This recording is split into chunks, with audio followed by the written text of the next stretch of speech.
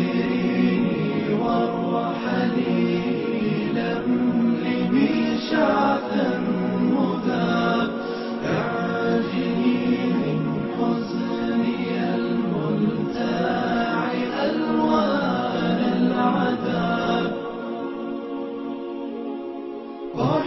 احضنيني وارحلي كالأمس يخبو في ارتياب أنت ذكرى أنت طيف عابر يحكي سراب احضنيني وارحلي كالأمس يخبو في ارتياب أنت ذكرى أنت طيف عابر يحكي سراب عابر يحكي سراب عابر يحكي سراب أنت ذكرى أنت طيف عابر يحكي سراب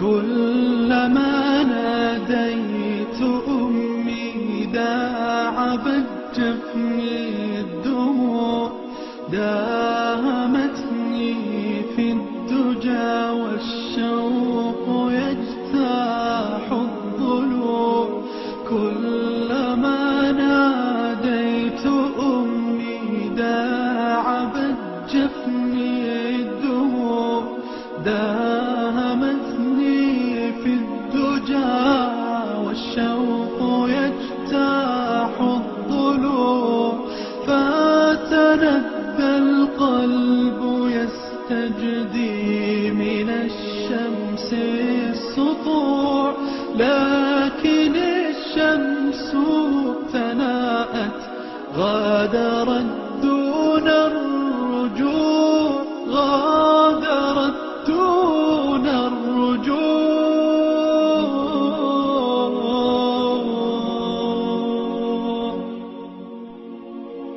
فمضيت الدرب وحدي حائرا بين الجموع وسؤال يحتويني أي حزن حاكني نسجا وريفا باغتراب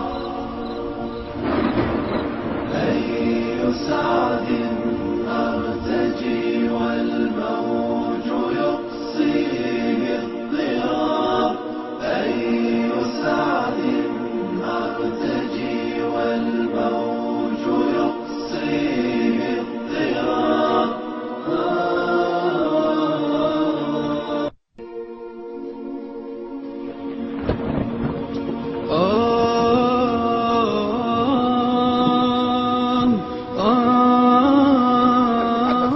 سأعود إليك بعد هذا الهاتف الذي أنتظره فهذا شرف ما بعده شرف. السلام عليكم ورحمة الله وبركاته. وعليكم السلام ورحمة الله وبركاته. السلام عليكم يا براءة. ازيك يا عمو؟ الله يخليك يا براءة. ازيك يا بنتي؟ الحمد لله. كيف حالك؟ الحمد لله. الله يشهد بأنني قد لا أملك لا أستطيع أن يعني. ازيك يا براءة؟ الحمد لله. انت عامل ايه يا عمو؟ تفضل من الله ونعمة. شفاك الله وعافاك يا بنتي. جزاك الله شفاك خير. الله وعافاك. ربنا يشفيك يا بنتي. أسأل الله العلي العظيم أن يكتب لك الشفاء وأن يبارك في كل من يحفظون كتاب الله تبارك وتعالى. اللهم آمين. اللهم اكتب لك الشفاء واكتب لكل مريض مسلم الشفاء واجعلنا يا ربنا ممن يحفظون كتاب الله. تفضلي يا براء. ممكن أقرأ؟ تفضلي يا براء. نحن سنسمعك. فهذا البرنامج برنامجك يا براء. تفضلي يا بنتي تفضلي. أعوذ بالله من الشيطان الرجيم.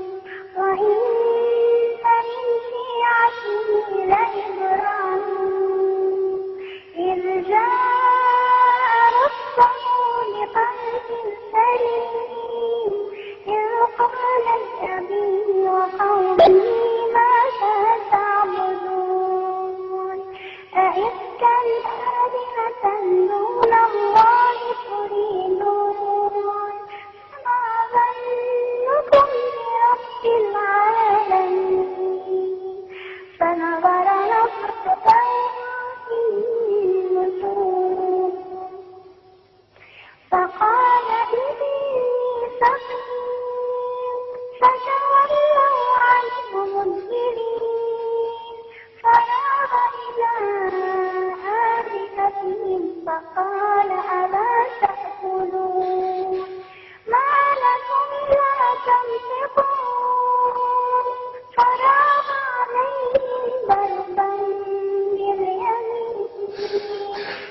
فأقبلوا إليه يرجعون قال أتعبدون ما تنحتون والله خلقكم وما تعملون قالوا ابنوا له بنيانا فألقوه في الجحيم فأرادوا به كيدا فجعلناهم الأسفلين وقال إني ذاهب إلى ربي سيهدين رب هب لي من الصالحين فبشرناه بغلام حليم فلما بلغ معه السعي قال يا بني إني أرى في المنام أني أذبحك فانظر ماذا ترى قال